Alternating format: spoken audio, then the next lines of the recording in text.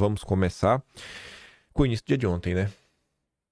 Eu devia estar terminando de gravar, que era 7h42 da manhã, e a Malu Gaspar publicava uma das informações que iriam pautar as discussões no Brasil ao longo do dia de ontem. Assinou a matéria sozinha, não com Rafael Moraes Moura ou Jonathan Johan, né, que na verdade trabalha com ela. Acho que é Johan, enfim. Não sei se ela realmente trabalhou sozinha ou talvez, sei lá, preservar, né, os mais novinhos. O valor milionário do contrato da mulher de Dom Pedro III com o enrolado Banco Master. Esse enrolado não precisava, né? A Malu Gaspar está fazendo até um juízo de valor. Matéria crítica, já no título. Causou furor nos escritórios de advocacia que defendem o Master a informação de que o contrato do banco, da mulher do ministro, foi apreendido na Operação Compliance Zero, como informou Lauro Jardim. Na ocasião, além de executar a ordem de prisão do controlador do banco, do Vorcado e de outros executivos ligados ao caso, a Polícia Federal também apreendeu celulares e notebooks. Mas o que mais preocupa os advogados do Master nem é propriamente o fato de existir um contrato, e sim a remuneração. 3,6 milhões mensais por 36 meses a partir do início de 2024. De acordo com informações a que a equipe da Colan teve acesso, é o que consta do documento que não foi propriamente apreendido. Né? Você não pegou o documento, mas um arquivo digital, né? Formato digital, no celular do próprio Daniel Vorcaro, entre os arquivos trocados por ele com funcionários de seu banco. O contrato tem um escopo bastante amplo. O de representar o Master, onde for necessário, não especifica uma única causa ou processo. Caso fosse cumprido integralmente, teria rendido para o Basto de Moraes, na escritório de Viviane, 129 milhões de reais. É um bom dinheiro, né? O que não ocorreu, já que o Master entrou em liquidação. Tudo indica, porém, que o escritório foi regiamente pago enquanto possível, porque nas mensagens com a equipe de Vorcaro, né, nas mensagens, né, com a equipe, o Vorcaro deixava claro que os desembolsos para a Viviane eram prioridade para o Master e não podiam deixar de ser feitos em hipótese alguma. Curiosa essa parte, né? Eu entendo que é prioridade. A equipe da coluna procurou o escritório de Viviane e o Master para saber quanto afinal foi pago e por quais causas. Não obteve retorno. No escritório, uma funcionária que atendeu o telefone disse que ninguém falaria e que também não poderia fornecer um e-mail para o envio de um pedido de informação. Já o Master não respondeu aos questionamentos da reportagem. Procuramos também o ministro, por intermédio da assessoria de imprensa do Supremo, mas não obtivemos resposta. O espaço está aberto para manifestação. Quem sou eu para questionar? Eu deixo os questionamentos para o Mário Sabino do Metrópolis, que não demorou muito tempo depois, ele publicou lá um texto, né? Daniel Vorcaro e a pergunta de 129 milhões. Na verdade, ele colocou algumas perguntas, né? Não dá pra falar que foi uma, foram várias. O Mário Sabino está mentindo na manchete. Aí ele começa um texto aí fazendo um preâmbulo, um mini resumo aí do que a Malu Gaspar informou, para falar o seguinte, né? As perguntas se sucedem no caso do Daniel. Por que era uma prioridade pagar o escritório? Por quê? Eu também queria... Eu não quero saber, não. Eu não quero saber, não. Qual causa justificaria honorários de 129 milhões? Uma advogada que está longe de ser um peso pesado da advocacia paulista. No contrato, não há escopo definido. Por que Dias Toffoli decretou sigilo máximo sobre o processo envolvendo o Banco Master e o seu controlador, mantendo o caso, né, sob as suas asas no Supremo, embora Daniel Vorcaro não tenha foro especial? Eu que sei. Também de se perguntar por que a prisão preventiva de Daniel Vorcaro foi revogada pela mesma desembargadora que havia negado o pedido de soltura. Tão logo se soube que os advogados criminais do banqueiro haviam recorrido ao Supremo e que o processo fora distribuído para Toffoli. Por último, por que a notícia sobre os honorários da mulher de Dom Pedro III não é manchete na primeira página? Não teremos respostas, infelizmente, porque é arriscado até fazer perguntas na vibrante democracia brasileira. Peraí que eu tô achando que eu esqueci um negócio aqui. Esqueci. O negócio aqui ficou fora de ordem. Pera aí. Deixa eu puxar aqui pra frente. Pera. Cadê? Não.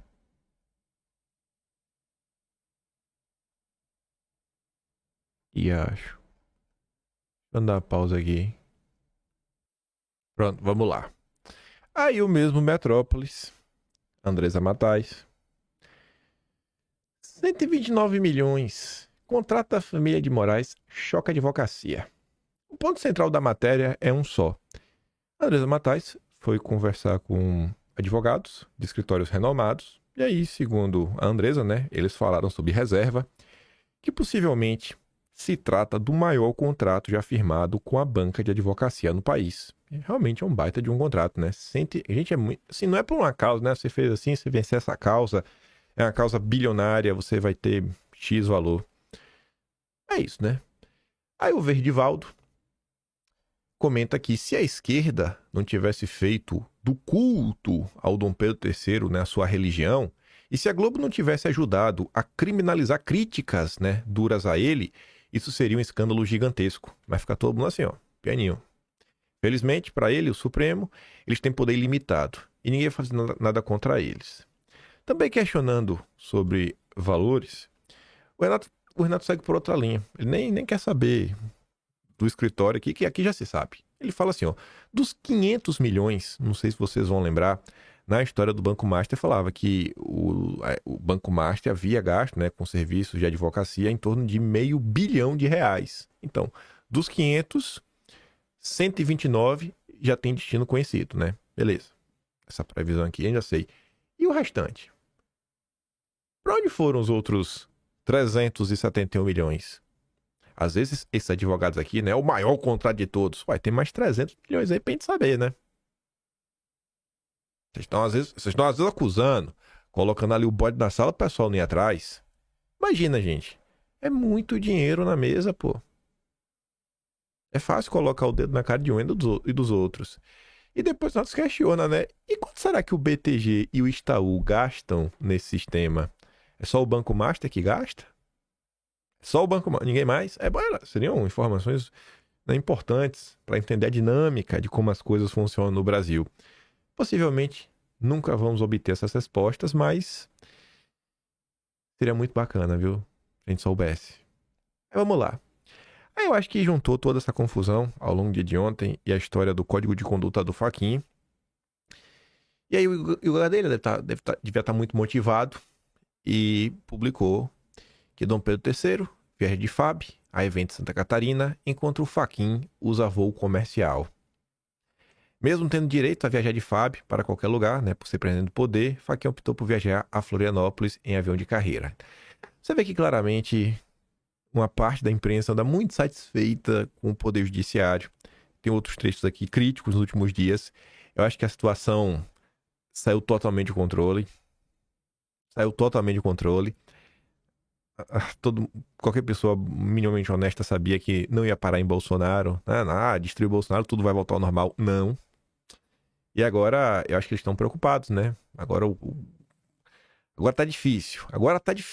Né? Tá difícil.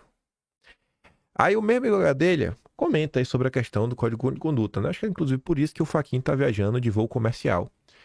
Fachin propõe código de conduta para o Supremo e irrita outros ministros. Fico me perguntando quem estaria irritado. O nome apareceu que foi o Toffoli, segundo a Folha de São Paulo. A gente vai chegar lá, mas tá ali, ó. O Fachin colocou em debate interno na corte, e isso foi interno, viu? A criação de um código de conduta para integrantes do Supremo e de outros tribunais superiores do Brasil. A proposta de Fachin, segundo fontes do próprio Supremo, prevê a elaboração de um código de conduta com base na experiência do Tribunal Constitucional Federal da Alemanha, como é chamada a Suprema Corte Alemã. A ideia do presidente do Supremo é que o código preveja, por exemplo, limites ou restrições para a participação dos ministros em eventos privados, algo que rende muitas críticas a magistrados brasileiros atualmente. Aqui está mexendo no vespeiro, né? O povo não vai poder ir para os eventos em Roma, Paris, Estados Unidos, né? Na Europa, para discutir o Brasil, no Lead Grupo Esfera. Faça isso, Fachin. A coluna apurou que a iniciativa de Fachin irritou algum dos outros ministros do Supremo, sobretudo a ala mais garantista, né, que costuma organizar ou participar de eventos externos. Quem? Não me vem nenhum nome à cabeça, né? Queria, mas infelizmente não vem. Já a CNN dá destaque que Código de Fachin prevê divulgação de verba recebida por ministros em evento. Eu acho isso aqui um claro ataque ao Estado Democrático de Direito. Eu acho que o Fachin tá louco. Bolsonarizou. Tá doido. Me perdoa, Fachin, isso aqui é coisa de bolsonarista.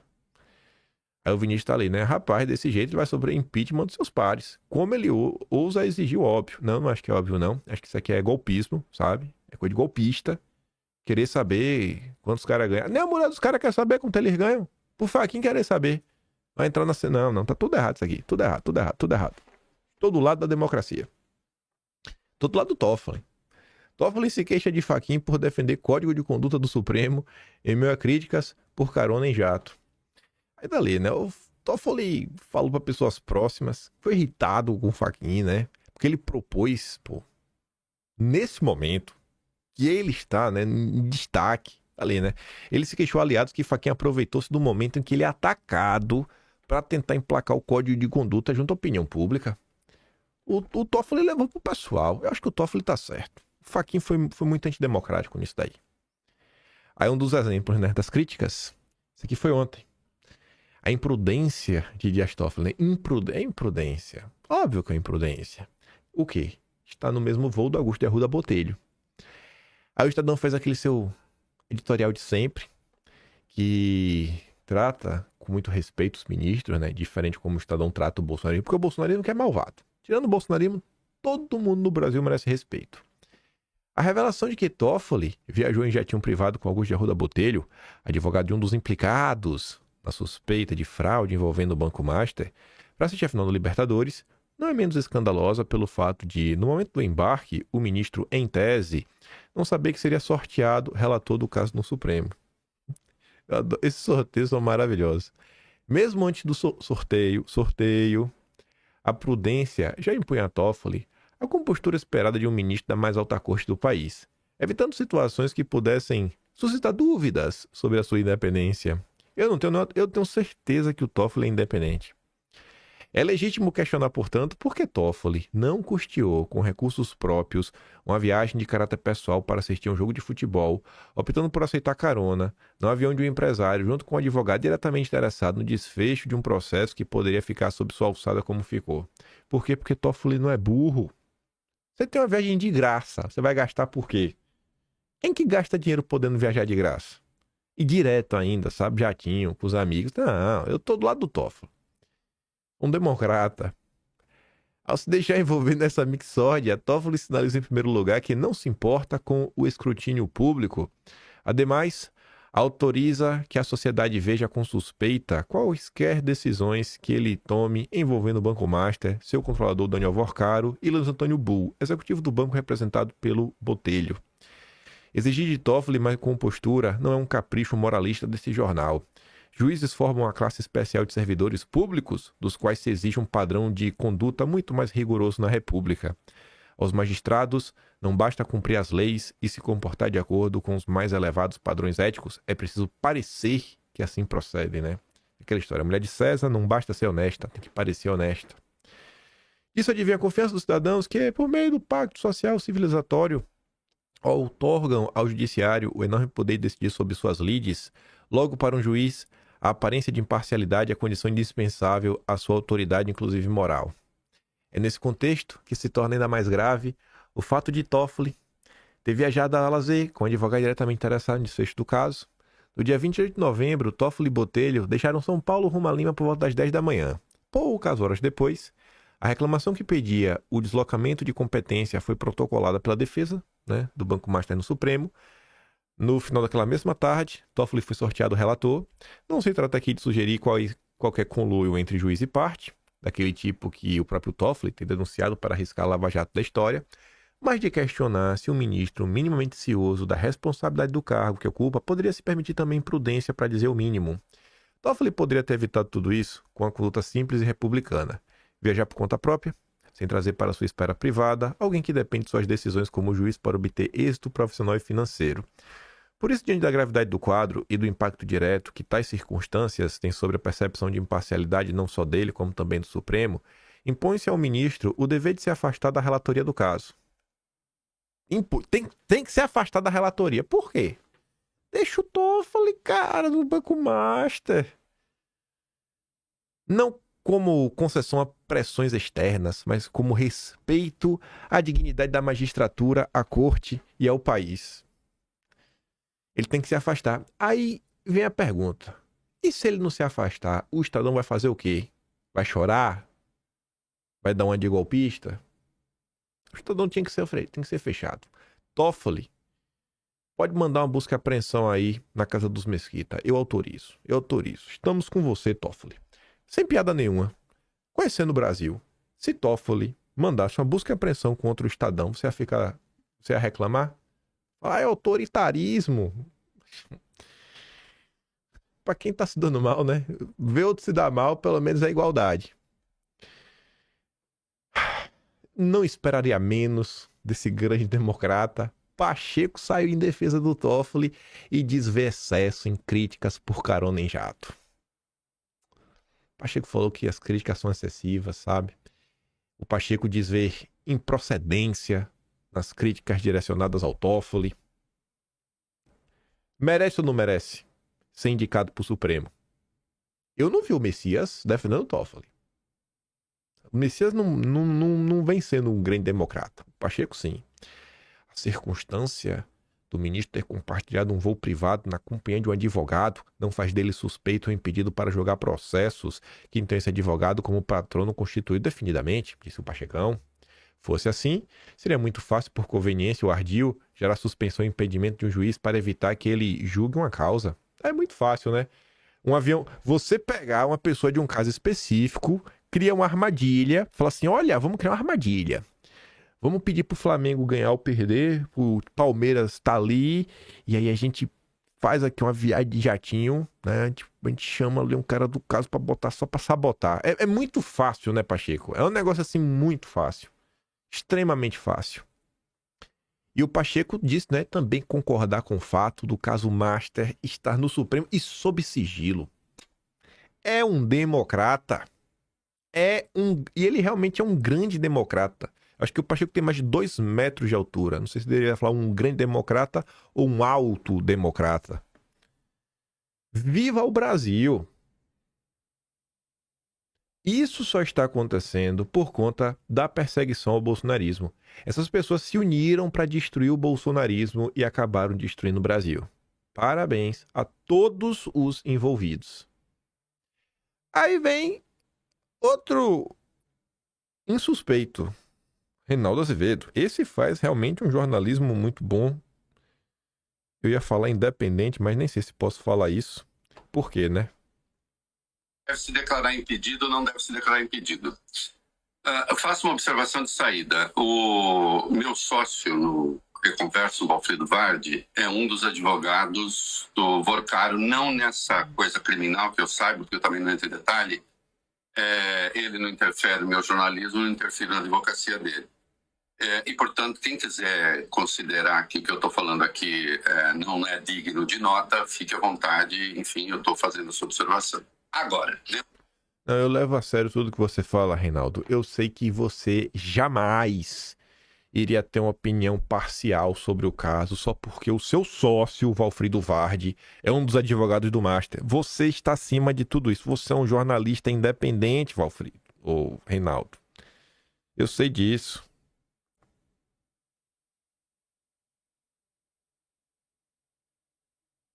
Como é essa história aqui, velho? Que coisa, viu? Que assunto para outro dia. Não é de hoje, não. Envolve aqui o Edinho Silva. Mas que coisa, viu? Mas, enfim. Aí vem a Malu Gaspar. Golpista, óbvio. Golpista demais. Tava lá na Globo News. Achou que tava, sei lá, no Pânico. Ela achou que tava no Quinto Elemento. Tá doida da cabeça. E aí começou a atacar os ministros do Supremo. A Andréa Sadi até tentou chamar ela pra razão, sabe? Fazer aqui uma ponderação, mas bateu a cabeça, bebeu água de privada, não sabe o que tá falando. Golpista. Vai ser presa. Não é porque uma coisa pode que ela é moral. Ela é completamente imoral. Esse tipo de atitude não é assim, se é conflito de interesse ou não é conflito. Isso é conflito de interesse. Isso é, inclusive, uma falta de ética. Porque quando você pergunta para um ministro que se ele foi, ele confirma que foi e ainda diz que não falou sobre o caso, tá rindo da nossa cara. Deixa eu só falar uma coisa, gente, só para contextualizar. O Código de Conduta é uma proposta do Fachin antes da decisão da carona do Toffoli no avião. Só para deixar claro. Não, e é melhor ter um código de ética do que não ter, mas de nada adianta ter um código de ética quando você... Mas mesmo assim, eu acho que não precisaria. Não, eu acho que a minha opinião é antes, durante e depois. Mas fazer um código de ética, lugar onde todo mundo voa em jato de todo mundo e acha que é ok. Não é o único ministro que voa em jato, não foi a primeira vez, e esse empresário que levou o ministro Dias Toffoli para Lima já levou o ministro Dias Toffoli para Roma em outubro do ano passado. Eu estou com a André Sadi. Não precisa de código de ética, não precisa nada. Eu nunca vi ninguém pedir, né? Você pega a Bíblia. E eu comento na Bíblia, o pessoal pediu um código de ética para Jesus seguir. Siga Jesus, o Filho de Deus. Se o Filho de Deus não precisa um código de ética, imagina o Supremo. Porque assim, ó, na ordem do Brasil, você tem, sei lá, Lula. Né? Lula se acha Deus. Óbvio, Lula se acha Deus. Aí você pega, sei lá, a Janja. A Janja tem certeza que ela é Deus. E aí você tem o Supremo. O Supremo tem certeza que Deus é o escravo deles. Pronto, aí você vai pedir pra eles um código de ética, tá maluco. Assim, é loucura. É tipo assim, falar o universo, né, você tem que impor as suas regras ao universo. É o contrário. É o universo que gera as regras. Mas que loucura, velho. Tem que ser presa. Tem que ser presa. Não tem condição. É uma golpista. Malu Gaspar tem que ser presa. Eu tô contra ela. Estou ao lado da André Sadi. Estou do lado dos democratas. Reinaldo Azevedo. Eu tô cansado disso. Tô cansado do golpismo. Aí vem o Lauro Jardim. Um cara experiente. Trazendo aqui outra visão do caso. Toffoli, Arruda Botelho e o outro lado da moeda do conflito de interesses. A Lauro Jardim vem para nos mostrar aqui a revelação. Enquanto tá todo mundo aí criticando, achando ruim, a gente tem que olhar que a vida, você pode ter o copo meio vazio ou meio cheio. O Lauro Jardim prefere olhar o copo meio cheio. Que tudo que tá acontecendo, na verdade, é bom. Não para todo mundo, mas por Augusto de Arruda Botelho. A revelação da situação de conflito de interesses deveria produzir desgaste aos personagens envolvidos na situação. Nem sempre, porém, as coisas acontecem dessa forma. O caso de Augusto de Arruda Botelho, advogado de Luiz Antônio Bull, diretor de compliance do Banco Master, é um exemplo disso. E por quê? Augusto estava lá, né, com o Toffoli, foram lá ver o jogo, Flamengo versus Palmeiras. Enfim, aí ele conta ali, faz o resumo do caso. E aí mais, né? Foi justamente atendendo a um recurso de Arruda Botelho que Toffoli decidiu também dar acesso a todos os elementos de prova já documentados na investigação da PF, que eram do interesse de Bull. Toffoli determinou ainda que todas as novas ações e medidas de investigação passassem a ser previamente submetidas não mais à Justiça Federal, mas ao crivo do Supremo, ou seja, ao crivo do próprio Toffoli, agora o guardião master do processo. E essa história, contudo, pode beneficiar Arruda Botelho, conforme alguns colegas do Criminalista discutiam ontem em conversas privadas. Um incrédulo leitor, não comum, burro, né, poderia se perguntar, mas como assim? Como isso beneficia o Arruda Botelho? Explica um desses advogados. De certa forma, Augusto de Arruda Botelho, ele sai poderoso dessa história, porque para eventuais futuros clientes enrolados, ele acabou mostrando proximidade, verdadeira ou não, com o ministro do Supremo. É um belo chamariz para novos clientes. Quem não quer contratar um advogado que tem acesso aos segredos do universo? Você quer? Augusto de Arruda Botelho. Olha aí. Aí o Renato comenta, né? O mais saboroso nessa história não é nem o jatinho, nem o sigilo, nem o botelho. É ver que o mercado e o judiciário finalmente largando a pose e se engalfiando em público, né? como que a coisa realmente funciona. O mercado é realmente o mercado. A gente tá lidando um pouquinho com banco, com banqueiros, com a Faria Lima, né? Esse é o Brasil. Em uma fala golpista que, por muito menos, o Daniel Silveira foi preso. Então, eu acho que o Alessandro Silveira também deveria ser preso. Alessandro Silveira não, Alessandro Vieira falou assim, ó. Ele cita a viagem de Toffoli e diz que prisão de ministros se avizinha. Um golpista. Por muito menos, Daniel Silveira foi preso. Fazer esse tipo de ameaça, sabe? Liberdade de expressão, não é liberdade para cometer crimes. E ainda fez na frente do Lewandowski. Eu achava que o Lewandowski tinha que ter dado voz de prisão na hora, diante desse atentado, nessa ameaça ao Estado Democrático de Direito. Ainda mais também, ou até mesmo Fabiano Contarato, presidente da CPI, prendeu o relator. Ainda porque era delegado da PF, se acovardaram. Ontem a democracia perdeu.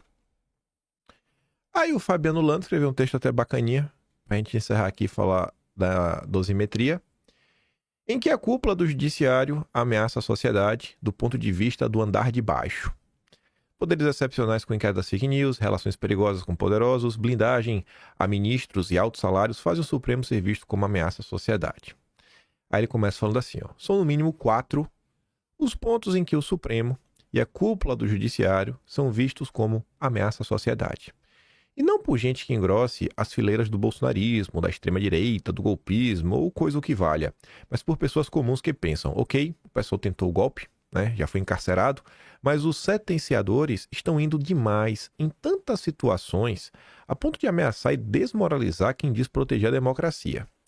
Em primeiro lugar, estão os poderes excepcionais investidos pelo chamado inquérito das fake news, que no final das contas serviu para condenar Bolsonaro e companhia por tentativa de golpe. Se os conspiradores estão enjaulados, qual afinal a razão de se manter um instrumento que funciona como uma espada sobre toda a sociedade, com poder de prender, censurar e ainda colocar tudo sob sigilo? Vamos para quase 7 anos. Qual é o risco que corremos para a permanência desse instrumento de força?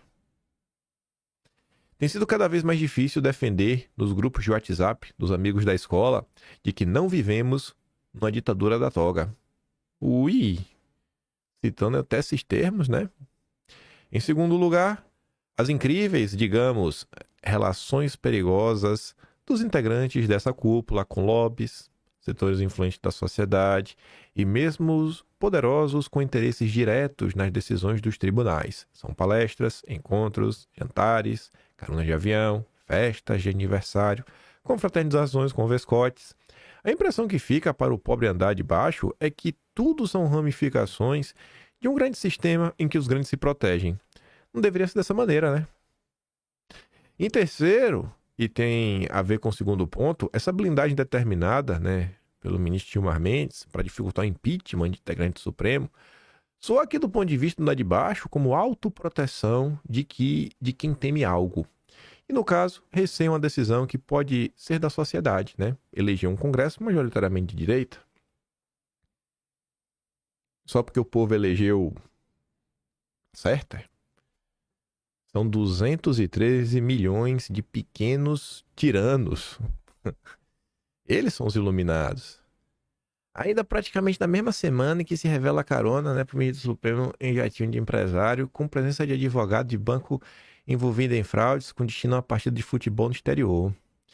Como esse mesmo ministro que estava dentro do avião concedeu decisões em tese favoráveis ao dono desse banco liquidado, como argumentar no tal grupo de WhatsApp da escola, né, formado majoritariamente por profissionais liberais, de que não vivemos em um grande sistema em que os grandes se protegem para passarem a defender um candidato antissistema, é um pequeno passo. Opa! Será que é exatamente por isso que o pessoal está tão desgostoso com os candidatos do sistema? Parece que o Fabiano Lana está entendendo, né? Porque o bolsonarismo existe. Finalmente, os altíssimos salários dessa elite, o que inclui os famigerados penduricalhos, quem chegou lá na cúpula do judiciário tem sido muito bem remunerado. Há uma série de verbas indenizatórias que colocam os rendimentos de tantos juízes e mesmo assessores nas casas de dezenas de milhares acima do teto. Hoje, a sociedade está bastante consciente de que dinheiro público é dinheiro de impostos. Logo, soa até mesmo algo chocante quando os integrantes do Supremo defendem, até com vigor, este estado de coisas, como aliás ocorreu na semana passada. Tem ficado praticamente impossível defender ou justificar isso tudo para a turma que paga todas as contas de todo mundo. Tá ruim o Brasil, né? Tá difícil defender algumas coisas no Brasil, né? Mas vamos lá. Gente, hoje de madrugada, a anistia foi aprovada. Deixa eu consertar de novo. Hoje de madrugada, o PL da dosimetria, não da anistia, dosimetria, foi aprovado na Câmara. Ainda tem Senado, voltar para a Câmara, Lula, vetar, sancionar, todo um processo. Às 2h06 da manhã, o Globo fazia o seguinte comentário, né? 3 dias do anúncio da candidatura. Congresso votando dosimetria às 3 da manhã. Alguma coisa mudou, hein? E realmente mudou. E você vê que quando o Flávio pontua que o preço é o Jair livre na urna e tudo mais, o Flávio também está dando um indicativo do que as eleições do ano que vem serão recheadas de discussões em torno de liberdade de expressão, sobre as vítimas, sobre os maus tratos. Então, não tem ninguém bobo, né? Tudo isso daqui tem um objetivo, né, muito democrático de tentar esvaziar esse discurso. Esvaziar o discurso de que existe no Brasil uma ditadura de toga, como disse ali o Fabiano Lana, não pode deixar isso acontecer. O PL da dosimetria foi aprovado por 291 votos favoráveis. E a Tsuki comenta, né? De repente, o anúncio do nome do Flávio parece que ajudou a desemperrar até esse projeto meia boca. O PL da dosimetria foi aprovado. Não o que queríamos, mas foi o que conseguimos até aqui. E esse até aqui foi uma coisa que não só a Tsuki falou, como algumas pessoas falaram ao longo do dia de ontem.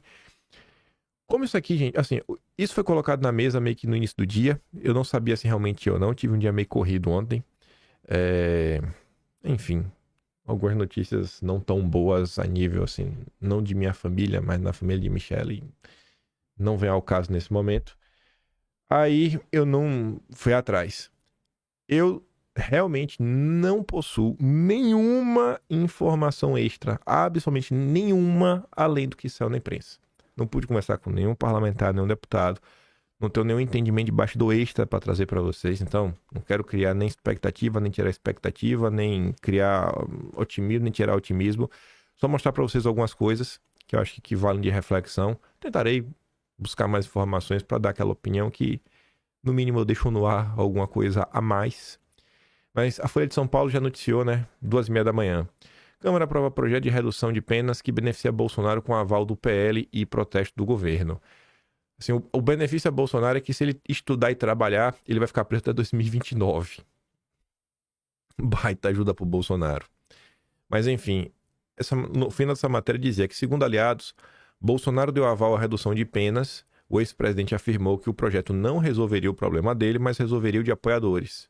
De alguns apoiadores, porque de outras pessoas também, né, nada muda. Quem já está exilado segue exilado, como o próprio Eduardo, outras pessoas também. Porque, enfim, né?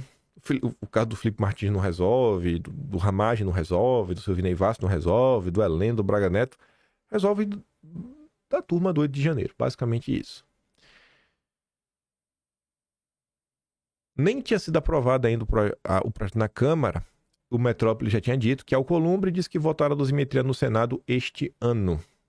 Ou seja, tudo indica que o Mota falou com o Alcolumbre, já tem um certo alinhamento.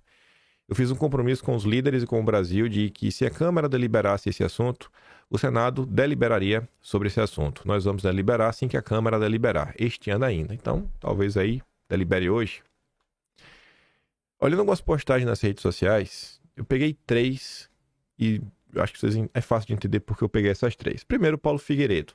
Paulo Figueiredo, sei lá, tá meio por dentro da situação. Não que ele e Eduardo concordem 100%. Eles não concordam 100%. Tem alguns casos que eles realmente divergem. Não sei se esse é um desses casos. Ele comenta, né? Fui o maior crítico da estratégia de se aprovar a redução de penas antes de anistia ampla, geral e restrita, mas neste momento reconheço que não temos outra opção melhor. Se eu estivesse no Congresso, votaria favoravelmente e continuaria lutando pela anistia.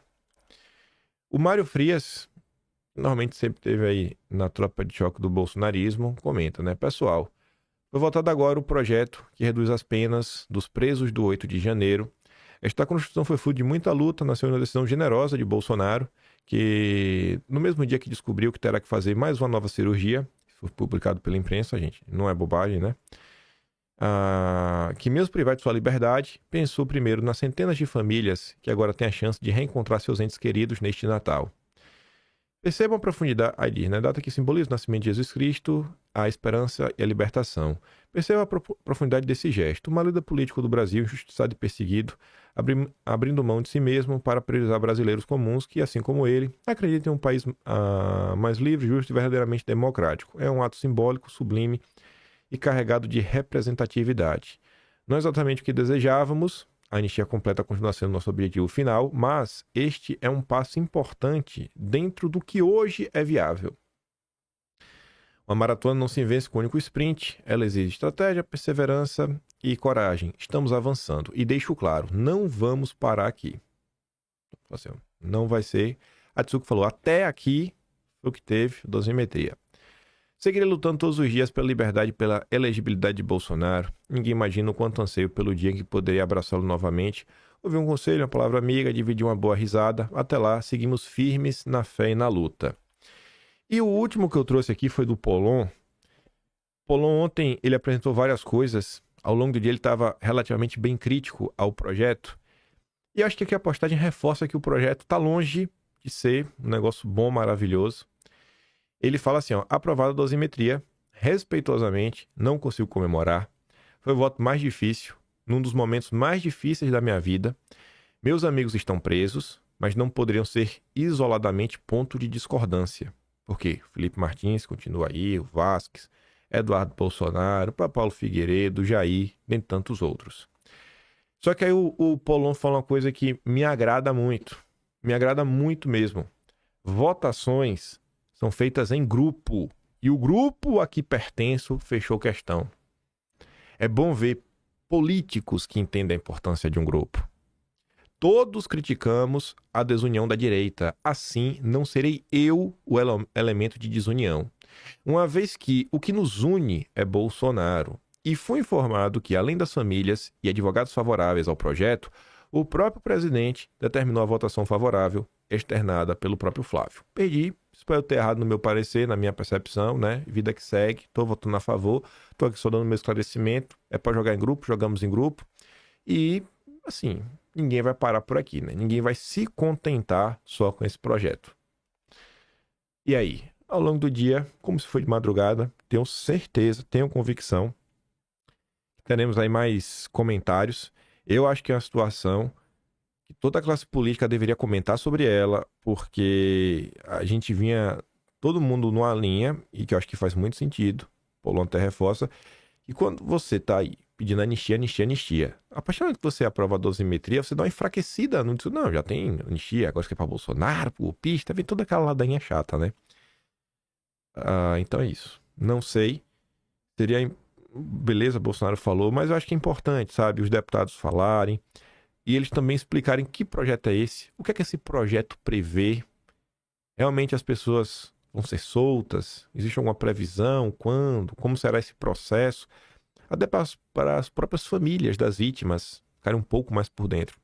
Eu achei que seria de grande valia se os nossos deputados pudessem ajudar um pouquinho isso daí, né? Explicando esse processo. Mas vamos continuar. Para a gente falar agora de coisas realmente mais positivas. Falar do nosso presidente Flávio Bolsonaro, Mito Júnior. Flávio Bolsonaro teve 1,86 milhões de menções após lançar pré-candidatura. Dados da Bytes mostram que o assunto registrou 19 milhões de interações nas redes sociais, sendo ganhou 311 mil seguidores em seus perfis em 4 dias após o anúncio. E não para por aí. Aqui, assim, quanto esses números representam ou não, se virou notícia é porque realmente chamou a atenção. E vocês estão vendo. Flávio Bolsonaro, presidente, dominou as redes sociais, deu aquela energia que faltava para a direita há um bom tempo. Mito Júnior tá demais. Aí, o Ipsos IPEC, em parceria com a Globo, fez uma pesquisa e coloca assim, né? Intenção de voto para presidente. E o que é que isso mostra? Que são dois caras do... acho que é o único grupo do mercado mais à direita mesmo, mais bolsonarista, que é o pessoal do Traders Club, que é o Israel Massa, o Pedro Albuquerque e tem o Luciano Costa. Aí o Israel comenta, né? Flávio Bolsonaro tem 19%, supera Tarcísio de Freitas na disputa presidencial, segundo pesquisa Ipsos IPEC Band. Não falei Globo, né? Band. Flávio aparece com 19, Tarcísio com 17. E aí o Pedro diz, ó, o Flávio dominou as mídias sociais desde sexta e vocês ficaram hipnotizados. Como o pai, empatado com o Lula, não iria transferir parte significativa dos votos para o Flávio. Vários, inclusive, que falaram comigo, diziam que Flávio iria cair nas pesquisas. Pelo contrário. Mal começou e já disparou. Mal começou e já disparou. Outra pancada. E esse dado aqui é muito importante, rapaz. Porque na eleição de 2022, como era a eleição da polarização, falava que era uma eleição da rejeição. O menos rejeitado levaria. E olha para isso daqui. O recorde de rejeição é do Lula. A rejeição do Flávio é muito menor do que o Lula. Vejam só, né? E o Globo diz, ao longo da campanha, a rejeição cai ainda mais. E eu acho que tem uma forte tendência disso acontecer. E você ainda tem outro fator. Se a rejeição do Flávio tem a tendência de cair, a do Lula, papai. Lula é aprovado por 42. Desaprovado por 52. A maioria do Brasil já desaprova o Lula. A maioria do país já desaprova o Lula. E mais. Porque aqui é só um número seco. Mas se falando de tendência, a tendência é o Flávio reduzir a rejeição, ganhar mais apoio. E do Lula? O Lula estava naquele momento, né? Que estava reduzindo aquela percepção do ruim péssima. E a ótima, a boa estava crescendo. Pois bem, a ótima e boa já estagnou. E a ruim péssima já voltou a subir. A percepção que o governo Lula é um fracasso já voltou a subir. Devagarzinho, como estava antes. Quando chegar no que vem, que a turma realmente entrar no período de eleição, começar a se informar, começar a ver, começar a discutir o que foi o Lula, começar a relembrar dos casos, e aí, gente, vai tá tudo, já tá tudo registrado, né? Dessa vez, nessa eleição, não vai ter um escândalo do Lula que a gente vai esquecer. Que todas as falas do Lula estão registradas e organizadas. Onde? Atlas Brasileiro. E tão mesmo. Os links dos vídeos, tudo lá, tudo bonitinho. Fácil de encontrar. Sempre um capítulo dedicado. Tem vários normalmente tá dentro do capítulo chamado Carreta Furacão. E aí tem um subtema que eu coloquei o nome. Pérolas lulistas. Quando não faz parte de um escândalo gigantesco, tá lá. Eita, rapaz. Tem compilado aí pra gente fazer um vídeo, acho que 2 horas seguidas só com falar de Lula. Me segura, Lula. Já tá escrito, não tem nem o que fazer, já tá escrito. Já tá escrito, é um PDF, as pessoas só vão aí, vão juntar. Motivos para criticar o Lula não faltarão. E com essa ferramenta de inteligência artificial, qualquer um de vocês pode chegar, por exemplo, fazer o upload de todos os atlas no notebook LM da Google, que é tipo o ChatGPT da vida. Aí você sobe todos e ele pesquisa só nessa base de dados. Aí você fala aí, irmão, me lista aí todas as falas escandalosas do Lula, né? Falas que desgastam ele. E me dá aí as páginas e cada volume que estão. Não dá nem trabalho de pesquisar. Ah, Lulinha, me segura no que vem, viu? A gente vai reclamar de tu. Aí o senhor Flávio Bolsonaro ontem foi visitar o Jair e falou coisas bem animadoras. Aí se colocou, né? Aqui é um Bolsonaro e tem filhote de Bolsonaro pelo Brasil inteiro. Não vai ser uma caneta que vai acabar com a gente. Flávio tá se saindo melhor do que o esperado. Tá mesmo. Mito Júnior tá demais. Saber que os soluços de Bolsonaro diminuíram e que ele ficou feliz porque porque a militância voltou a se animar, foi a melhor parte. Os apoiadores de Bolsonaro sempre foram seu combustível. Lembram do cercadinho? Ele dizia que começar o dia ali, mesmo com poucas pessoas, era o que lhe dava gás para enfeitar o dia todo, né? A candidatura é irreversível. Vamos ouvir aqui o Flavião. Isso tudo de forma injusta, mas pelo menos já hoje ele estava bem mais disposto, não estava com soluços. Comuniquei a ele que a defesa dele vai protocolar hoje o pedido de domiciliar humanitária, com todo o embasamento técnico, e que eu acho que tem tudo para, se houver um mínimo de bom senso e de humanidade, o presidente Bolsonaro ser transferido de volta para sua casa. É o que eu espero, é o que eu rogo a Deus aí que aconteça. Expliquei para ele um pouquinho, atualizei do que está acontecendo aqui fora, passei a minha impressão do impacto sobre o lançamento do meu nome como pré-candidato à presidência da República, e ele ficou muito feliz. Deixei com ele a primeira pesquisa que saiu após o anúncio que foi do Instituto Veritas, já me bota ali no empate técnico com o atual governo, desgoverno do país. Ao contrário do que muita gente estava imaginando, querendo dizer que era um nome inviável, que era um nome que não ia decolar, que não tracionava, a gente vê que já existem pesquisas, eu não tem nenhuma vinculação com esse primeiro instituto que fez a pesquisa, já mostrando o que eu sinto nas ruas. Falei para ele do ânimo generalizado da nossa militância, que estava de cabeça baixa, estava angustiada, sem o norte para seguir. Agora o presidente Bolsonaro deu esse norte. Então, falei que essa candidatura é irreversível, palavras dele, não vamos voltar atrás, vamos seguir em frente.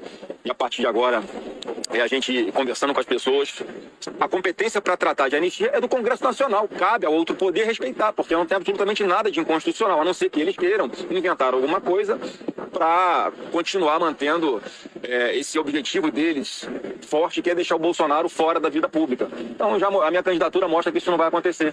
Aqui é um Bolsonaro e tem filhotes de Bolsonaro pelo Brasil inteiro, tem mais de 60 milhões de Bolsonaros pelo Brasil, e não vai ser uma caneta que vai calar a gente. E, mais uma vez, ele aqui ficou muito feliz quando viu o resultado dessa primeira pesquisa, ficou muito feliz com a reanimação, de acender essa chama da nossa militância, principalmente, sabendo que agora a gente tem o norte, agora a gente tem uma candidatura real para ir consolidando e ganhando musculatura a cada dia. E o que ele falou foi isso: na hora de ir embora, me deu um abraço, aquele soco clássico aqui no meu peito: fica firme, moleque, a gente vai ganhar. Então essa é a mensagem que eu passo para todo mundo: fica firme, que a gente tá forte também. Fica firme, fica firme. Eu tô animado aqui já, viu? Eita, já falei, viu? Na posse, sou eu do lado do Jair. Mas aí de quem quiser tomar meu lugar, a gente vai sair na mão. Ai. Aí, Dudu, também falou com a imprensa ontem, tava lá na Band News. A Edson comenta assim, ó: o Dudu está feliz com a candidatura do Flávio, como se fosse ele mesmo candidato, e reconhece que ele é a melhor escolha por ser agregador e articulador. É curioso que mesmo Eduardo e o Jair sendo vistos como os cachorros loucos, eles nunca fecharam as portas para ninguém e ainda assim enfrentaram resistência. E o Flávio, mesmo sendo o sereno e palatável, enfrenta a mesma resistência daqueles que usavam justamente a desculpa dos cachorros loucos, né? É doido isso, né? Ah, o Mito Júnior tá demais também. Vamos aqui ouvir o Dudu. O Brasil não vive uma normalidade democrática. Nós temos um ex-presidente honesto cumprindo uma prisão política, e eu acredito que assim que nós mudarmos o cenário político, essa prisão política ela será consertada, né? Não só de Jair Bolsonaro, como a de cerca de 1.000 pessoas envolvidas aí no 8 de janeiro. Então, a candidatura do Flávio, ela partiu com muita conversa, sim, né? Os bastidores estavam em pleno diálogo. Eu fui um entusiasta muito grande da candidatura dele, porque, mais do que tudo, nós temos que ter alguém com a coragem e a serenidade para colocar adiante aquilo que é mais necessário nesse momento, né? Liberdade, justiça. Então, Flávio, ele sempre foi muito engajado, desde sempre, na pauta da anistia, vai seguir trabalhando por ela, e eu acredito também que é o melhor nome entre nós da família Bolsonaro e da direita, porque ele é um perfil articulador, é um perfil agregador. Já recebeu o apoio do governador Tarcísio de Freitas, está com um apoio muito forte dentro da direita, então tem tudo para decolar ainda mais o nome do Flávio Bolsonaro. Jair Bolsonaro, mais uma vez, com essa posição do Paulinho da Força, ele enaltece a sua coragem e o seu sacrifício.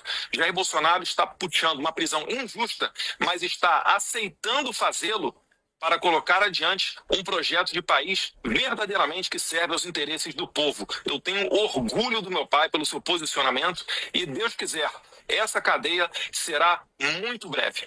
Quase um ano para o próximo pleito eleitoral. Até lá, o senhor avalia que essas conversas elas vão se azeitar? Vai se chegar a um acordo para que a gente tenha um nome só disputando pela direita ou essa possibilidade de outras lideranças surgirem aí no decorrer dessa campanha?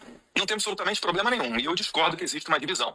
Se não me engano, em Barretos, quando subiram no palanque Tarcísio de Freitas, Ronaldo Caiado, Romeu Zema e Ratinho Júnior, eles anunciaram um pacto que num primeiro turno cada um levaria a cabo a sua candidatura e num eventual segundo turno eles apoiariam aquele da direita que fosse ao segundo turno eventualmente contra o Lula. E nesse momento ninguém falou de divisão. Então o Flávio, na verdade, ele só é mais um player, mais um jogador, mais um candidato nesse cenário político. Não é que se falar em divisão.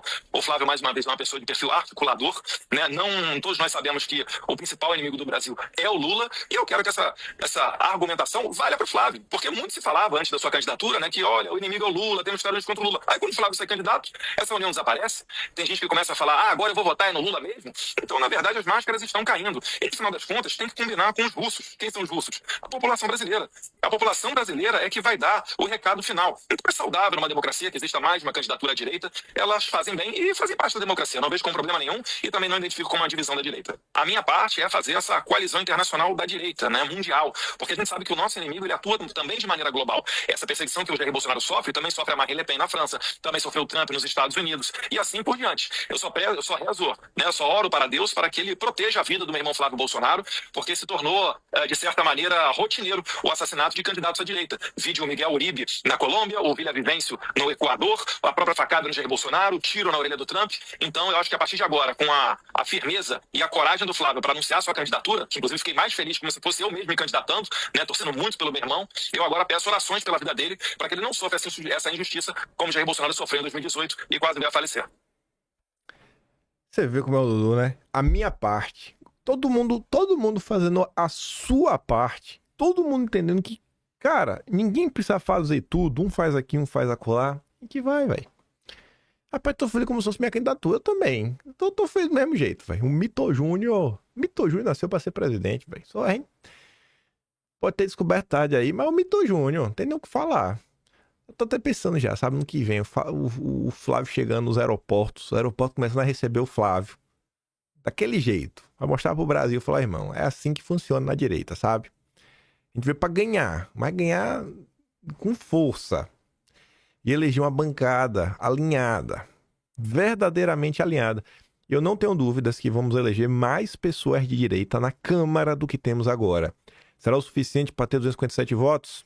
Não sei.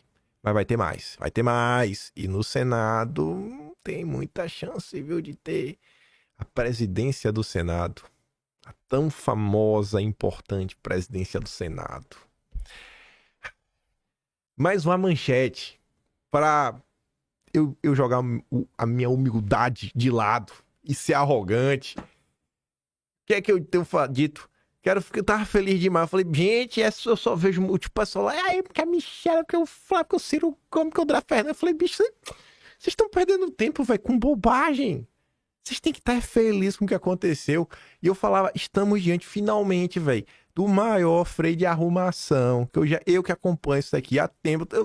Nunca teve uma tentativa de organizar. Flávio reúne presidentes de diretórios locais do PL, pede unidade e veta alianças regionais com partidos de esquerda. Vral! Ordem na casa! Respeita o Mito Júnior! Uma resolução já vedava a prática. O que se viu nas eleições municipais do ano passado, no entanto, foi uma série de alianças com partidos que integram a base governista. E com conversa... E essa conversa, além de tudo, gente, além de impor isso, mostra o quê? Preocupação. Vai mostrar, ó, gente... Vamos jogar junto, velho, sabe? Vamos jogar junto. Eu tô chegando aqui agora na humildade, velho. Humildão aqui, falar pra vocês, sabe? Porque o cara foi escolhido pra ser presidente da república, gente. Rapaz, mais de 200 milhões de brasileiros, sabe? Imagina aí, tu nasceu. Acho que ninguém nasceu e falou, eu vou ser presidente da república. Só os caras foram muito loucos, tipo o Lula. O Lula tem cara que é alguém assim, né? Mas sei lá, acho que o cara também nem pensa nisso daí. O cara vai pensar quando a situação meio que vai pintando. Às vezes nem passa na cabeça do cara. E aí você fala assim, bicho... Aí o cara fala, não, vamos aí, pô. Tô aqui numa posição que realmente é a virada de mesa, botar nosso nome na história. E peço a vocês, vamos, dessa vez vai. E tem que ir.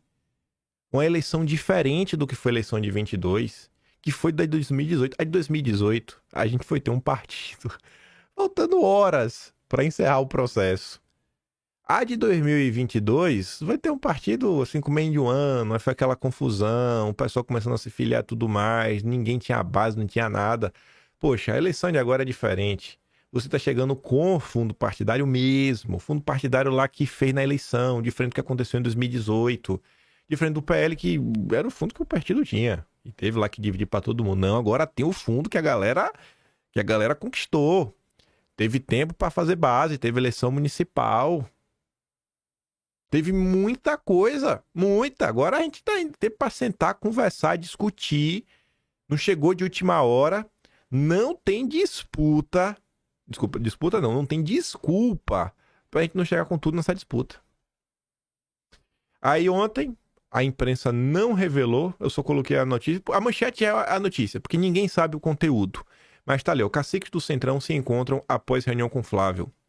O Marcos Pereira estava nessa reunião. Tava ele, tava o Rueda, tava o Ciro Nogueira. Falaram que estavam conversando entre eles. Se encontraram ontem. Só pra falar de 2026, óbvio. É nosso Flávio. É o Mito Júnior. É o Mito Júnior. E pra chegar aqui no finalmente do vídeo, que terei mais algumas coisas pra comentar, mas só quero mostrar 3 coisas. Copeiro Ruizão, Mito Júnior e o Carluxo. Começando pelo Ruizão, né? Ele fala o seguinte... Ao apoiar o Flávio, Bolsonaro colocou o pé na porta. Como assim? Até agora o que estava acontecendo era esse rolo compressor contra Bolsonaro para apoiar o candidato do grande capital, ou seja, o candidato da Faria Lima.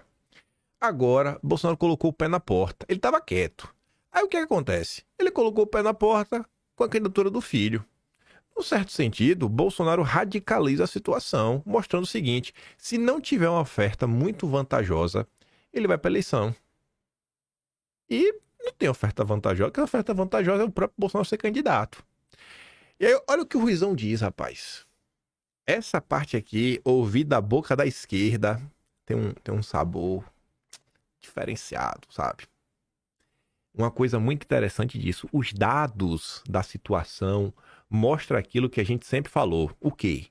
Bolsonaro não é o candidato do grande capital, Faria Lima. Porque se ele lança o filho, a bolsa cai, o dólar sobe, mostra que ele é o candidato que está em oposição ao grande capital, como Trump. Tá contra o sistema, né, Ruizão? E agora? Agora o pessoal vai ter que fazer campanha pro Flávio. Agora eu acho o seguinte, né? O que ele vai fazer agora é que são elas. A conversa antes do Flávio ser lançado é que Bolsonaro era um cachorro morto. Se Bolsonaro fosse isso, né? Qual a importância do lançamento do filho? Se Flávio for para a eleição, quem vai para o segundo turno é ele. Não tem o que discutir. E aí, a burguesia vai ser obrigada a apoiar o Flávio contra o Lula ou o Lula contra o Flávio. E aí desfaz toda a manobra que era nem Lula nem Bolsonaro. Que estão tentando até agora isso, hein? É um ano de guerra contra o Bolsonaro para terminar. E é um ano de guerra para o Bolsonaro para terminar em nada. E não imagina se terminar com a vitória do Flávio. Toda a perseguição feita, todo esse descalabro do judiciário, toda essa passada de pano para terminar, Mito Júnior eleito. Flávio Bolsonaro, para o eleitorado, parece a mesma coisa que o Bolsonaro, sim. Mas o Haddad, para o eleitorado do Lula, não parece o Lula. O Haddad é um homem interno em gravata, é um acadêmico, é um playboy. Lula é um operário. Na hora da eleição, isso conta muito. Muito. Pegando o gancho aqui para reforçar quem é antissistema mesmo, o Carluxo ontem falou o seguinte, né? O que realmente é o Centrão? Certamente não é a liberdade econômica de verdade, nem a autonomia do cidadão. O projeto é outro, silencioso, mas evidente para quem presta atenção. O Centrão opera para preservar os interesses do mercado financeiro, garantindo lucros astronômicos aos bancos e sustentando um modelo de juros estratosféricos que estrangula famílias, empresas e governos. Cada aumento da taxa, Cada manutenção artificial desse patamar absurdo fortalece exatamente os mesmos grupos que sempre lucraram com a fragilidade do povo. Esse arranjo não tem nada a ver com a prosperidade ou livre iniciativa. Pelo contrário, cria-se um ciclo de dependência bancária onde o brasileiro é empurrado para o crédito caro, para o endividamento permanente e para a submissão econômica. Um sistema que transforma o trabalhador em devedor e o empresário em refém. Enquanto isso, o discurso de responsabilidade, equilíbrio, moderação política serve apenas de cortina para manter a engrenagem funcionando. Um bloco político que negocia poder, controla verbas, drena recursos e segue obedecendo ao comando dos verdadeiros chefes, os que lucram com a paralisia do país. Não é liberdade, não é desenvolvimento, é controle. É a manutenção de um modelo que escraviza financeiramente o povo e garante que o sistema siga governando nos bastidores, acima da vontade da população. Enquanto muitos fingem não ver, a realidade é simples. Quem controla os juros, controla o país. Quem controla o juro, controla o país. E eu não acho que o carro está todo errado, não. Que é o seguinte, né? Vou pegar aqui a caneta. Tempo de explicação. Pensa assim, gente. Juros, né? Quanto maior os juros, menor é o I de incentivo para empreender. Porque fica mais caro, né? Fica mais caro. Vai ficar melhor. O incentivo é o quê? Botar o dinheiro na Selic para ficar parado. Pronto. Passado daqui, lembra que ontem eu falei uma parada que eu falei, isso aqui me pegou, ficou muito animado quando eu vi o Carlos falando, o Flávio falando, mas assim, pô, a gente tem que ter responsabilidade e tudo mais, e assim, tratar as coisas com mais responsabilidade. Ele não quis falar de austeridade fiscal, equilíbrio fiscal, ele falou responsabilidade. E falou sobre relação dívida-PIB. Por que isso é importante? Que eu falava, gente, tripé macroeconômico, câmbio flutuante, meta de inflação, superávit primário. Se você vem com essa história que o que a gente tem que olhar é a relação dívida-PIB, você já implodiu 2 pilares do tripé, que é meta de inflação e superávit primário. Para que serve meta de inflação? É um valor que você diz que tem que ser uma meta e você força o Banco Central, através de uma política monetária, a alcançar essa meta. E no Brasil só existe um único caminho, porque o povo é imbecil, de alcançar a inflação. É juro. Então, se a inflação está alta, você aumenta o juro, você aumenta o juro, você aumenta o juro, você aumenta o juro. E só isso, que no final do dia vai dar dinheiro para quem não quer trabalhar. Então, quando o Flávio fala, cara, vamos pensar em outra situação, vamos pensar na relação, né? Vou botar aqui, ó, relação D de dívida barra PIB. Relação dívida-PIB. Por quê? Vamos trazer um dado do próprio Banco Central. Para cada 1% que você aumenta da Selic, segundo o Banco Central, você gera um custo por ano só de juro, por conta do tamanho da dívida do Brasil, de 50 bilhões. 50 bi, cada 1%. Esse dinheiro, às vezes, podia estar sendo utilizado para desenvolver o país. Como assim, Kim? Vai entender? Vamos trazer para sua vida. Você pegou um empréstimo, beleza? E você tem a sua empresinha. Aí a sua empresa tem aluguel, conta de água, luz, telefone, funcionário. Aí na sua empresinha, vamos supor que esse custo operacional é de 100 mil. Bota aqui, ó, 100k. É a sua empresinha. Aí você lucrou por mês, você teve um lucro, vou botar aqui, ó, de 110. 110k. Desculpa, você faturou 110k, ou seja, qual o lucro? Bota aqui, ó, lucro de quanto? De 10k. Você ganhou 10k. Sobrou para você, em tese. Depois de pagar água, luz, telefone, funcionário, imposto. Só que você tinha pegado empréstimo. Você, na sua vida, você lembra, pô, sobrou 10 mil, cabe. E agora, quanto é o empréstimo? Ah, o empréstimo, vamos botar, a parcela do empréstimo é 15 mil. E aí você se lascou. Você não conseguiu pagar o empréstimo. Tá devendo 5. Na vida real você tá lascado. E no mundo dos economistas brasileiros, não, no mundo você tá de boa. Por quê? Porque se discute o que é o superávit primário. O superávit primário é isso daqui, ó. É o lucro que você tem, ou prejuízo, antes da dívida. Então, no Brasil, a gente vive preso nessa lógica de que tem que ter o superávit primário, tem que ter o superávit primário, tem que ter o superávit primário. Mas vamos voltar para cá, ó. Cada 1% da dívida da Selic é 50 bilhões por ano. Então, imagina o seguinte cenário. Você fecha o ano com déficit zero. Só que a Selic comparação, você não está conseguindo pagar muita coisa. Aí você olha o nominal. A Selic é zero, mas o nominal, que é quando você coloca coisa, você fica devendo 200 bilhões. Pensa nesse cenário. Você está devendo 200 bilhões, bicho. 200 bilhões. 200 bilhões, se cada 1% é 50, você está falando o quê? De 4%. 4%. É 200 bilhões. Você terminou no prejuízo. Aí agora pensa o seguinte, né? Você pega o Brasil e fala, gente, aqui a conta de padaria não é 100% dessa forma, mas só para você entender como a galera escraviza no final dos juros. A conta bem, não é tão preto no branco assim. Aí imagina, quando você sai dessa lógica de só ter um superávit primário e esquece que você tem um prejuízo bilionário dos juros, que você não está computando nisso, porque você precisa gerar superávit para pagar o empréstimo e não está gerando. Imagina você falar o seguinte, cara, vamos focar na trajetória dívida-PIB. Porque a gente está tendo, na verdade, déficit no nominal. Se você reduz o juro em 5%, sobra 250 bi. Vamos botar assim, né? Não elas por elas. Você reduziu 5%, você economizou 250 bi. Beleza? 5%, caiu para 10%. Você concorda que, de forma muito simplória, se o governo injetar 250 bi na economia, o prejuízo no final é o mesmo com a Selic a 15%? Porque você reduziu a Selic, aí abriu 250 bi no nominal, na relação dívida-PIB, porque você reduziu o juro. Você continua sem ter superávit, mas agora, em vez do dinheiro estar indo para o bolso de banqueiro, cara, tu investiu em algum lugar. E talvez esse dinheiro que tu investiu em algum lugar possa render frutos lá na frente. Que seja tu pegar esse dinheiro e dar na mão do povo. Fala assim, ó, toma. Se tu me apresentar um projeto de tirar uma empresa do papel, eu vou te dar um dinheiro de graça. Vai lá, pá. Agora tem que construir. Tu vai lá e constrói. Constrói casa. Casa popular para dar quem mora em favela. Pô, vamos construir casa. Vamos pegar essas coisas só para favelado. Pronto, já foi. Você termina com o mesmo ponto, só que em vez do dinheiro estar indo para juro, para banqueiro e para quem comprou, né, papel do tesouro, você gastou de outra forma.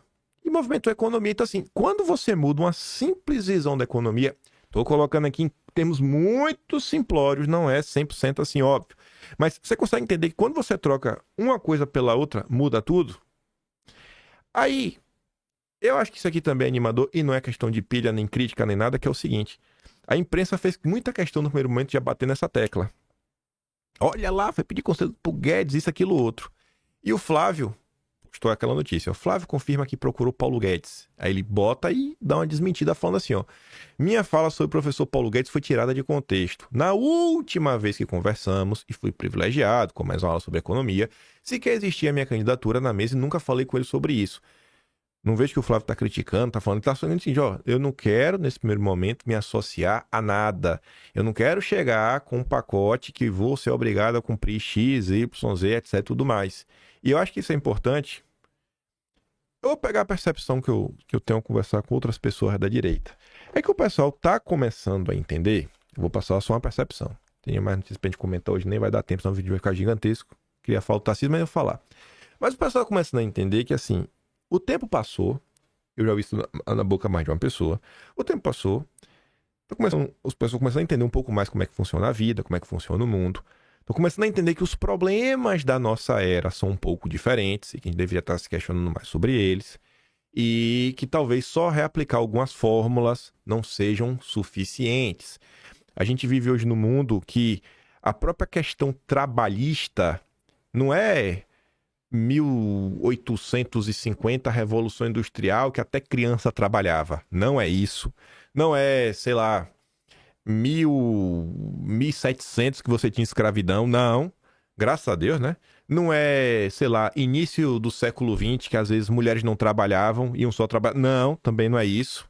A gente também não está no cenário que agora tem a CLT, porque também o pessoal não valorizava o trabalhador. Não, também não é isso. A gente está numa era da inteligência artificial, da uberização da economia, né? Assim, empregos cada vez... que os contratos são cada vez mais maleáveis e possíveis de modificação. Então, assim, como pensar o mercado de trabalho diante dessa nova realidade diante de nós? Talvez, né, as experiências anteriores não sejam suficientes para lidar com isso. Moradia hoje é um problema que era diferente lá de trás. Lá de trás, às vezes, faltava crédito, faltava, sei lá, empreender engenharia, tudo. Hoje existe realmente uma crise imobiliária que muita gente acabou comprando imóveis, viraram, assim, grandes grupos de locatários, né? Todo mundo que consegue dar uma prosperadazinha, né, na vida, compra um imóvel, já está subcontratando e tem uma inflação grande no preço de imóveis no mundo inteiro. Como resolver isso? Então, tá dando para ver que, assim, cara, a gente vai para onde? Então, nesse momento, não tem nenhuma tentativa de bater no é por aqui. Calma. E o pedir a calma é importante porque é exatamente isso que mostra. Olha, a gente realmente precisa ter uma discussão mais séria em torno desses pontos. É por isso que estou pedindo calma. É porque realmente esses assuntos estão sendo pensados para trazer realmente, gente, melhoria para o Brasil, para o povo brasileiro. É o governo Mito Júnior. O governo Mito Júnior tá vindo aí, velho. O governo Mito Júnior tá vindo aí. E vamos nessa. Nossa senhora, velho. Tô empolgado demais com o governo Mito Júnior, viu? Com certeza a gente vai falar muito sobre... Já começou a campanha, né? Estamos em campanha. Estamos oficialmente em campanha. Mas enfim, volto a falar. Dei pra vocês uma explicação bem simplória. Só pra, assim, um brainstorm de algumas coisas pra mostrar como você mudar um simples critério de analisar o Brasil. Falar, cara, vamos aqui realmente analisar se a gente está se endividando ou abatendo a dívida, né? Vamos olhar dessa forma e não só focar em entregar um superávit primário, Não, calma. E talvez, né, a questão do juros não seja assim tão preto do branco. Deixa eu ver se está aqui fácil, só para mostrar para vocês a manchete. Quer dizer, fácil não tá, mas está aqui no vídeo. Estou passando, gente, um monte de coisa para mostrar, né? Pronto. Só vou mostrar a manchete, ó. Essa aqui, ó. Quiserem ler isso daqui, eu recomendo. Existe um buraco negro onde a teoria da inflação dos bancos centrais deveria estar. Não se pode mais confiar nas antigas suposições sobre expectativas e metas. Financial Times falando sobre isso. Então, se até o Financial Times já chegou nessa conclusão, imagina, sei lá, né, o que a gente deveria estar se discutindo. Será que as coisas realmente são tão calcificadas que não mudaram nada? A gente só vai repetir o que já foi proposto antes? Ou a gente vai vir com um plano realmente mais coeso, mais organizado para salvar o Brasil? Fico por aqui. Se gosta do meu trabalhinho, quiser ajudar um pouco mais, posso ser membro do canal, tem um botão de valeu, tem um Patreon na descrição e tem um Atlas brasileiro, kimpaim.com, sem BR. Eu não tenho dúvida que será muito útil nas eleições do ano que vem. Vejo vocês amanhã. Aquele grande beijo e abraço. Tamo juntos. Valeu, meus amigos. Fui!